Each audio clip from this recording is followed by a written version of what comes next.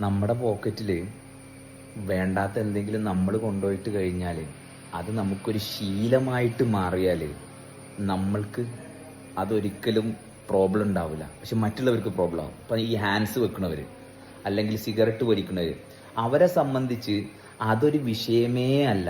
എന്നാൽ അവരുടെ ഭാര്യമാരെ സംബന്ധിച്ചോ സുഹൃത്തുക്കളെ സംബന്ധിച്ചോ വീട്ടിലുള്ളവരെ സംബന്ധിച്ചോ അവർക്ക് ഓക്കാനം ഉണ്ടാക്കുന്ന ഒരു പ്രവൃത്തിയായിട്ടാണ് അത് മാറുന്നത്.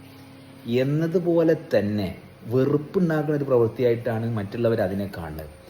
എന്നതുപോലെ തന്നെ നമ്മുടെ വൃത്തികേടിനെ നമ്മൾ വൃത്തിയാക്കി കൊണ്ട് നടക്കുന്ന കാര്യം നമുക്ക് നോക്കാൻ പറ്റിയിട്ടില്ലെങ്കിൽ കാരണം നമ്മുടെ ഈ ചുറ്റുപാടിൽ നമുക്ക് ഒരുപാട് ഓപ്പർച്യൂണിറ്റീസ് ഉണ്ട് എങ്ങനെയാണ് ജീവിക്കേണ്ടത്, സ്വസ്ഥമായിട്ട് ജീവിക്കേണ്ടത് എന്നുള്ളൊരു ഭാഗത്ത്.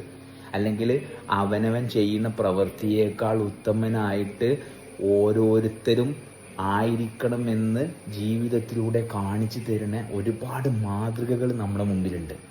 പക്ഷെ നമുക്കത് നോക്കാൻ നേരമില്ല, അല്ലെങ്കിൽ നമ്മുടെ അഹങ്കാരം അതിന് സമ്മതിക്കണില്ല.